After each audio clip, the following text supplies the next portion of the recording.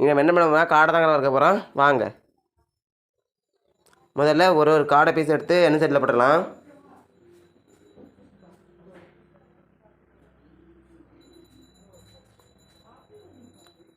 நான் எல்லா காடையும் எடுத்து என் சட்டியில் போட்டாச்சு.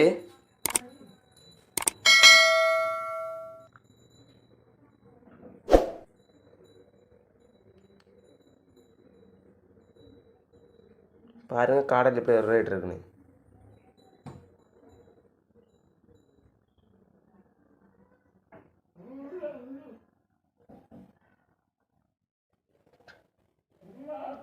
காடை வறுத்து முடிச்சாச்சு.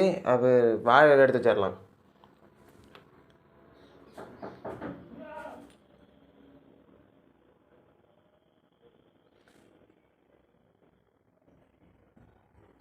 காடை ஒரு கிலோ எடுத்து வச்சாச்சு. இன்னைக்கு இந்த காடை தான் சாப்பிட போகிறோம்.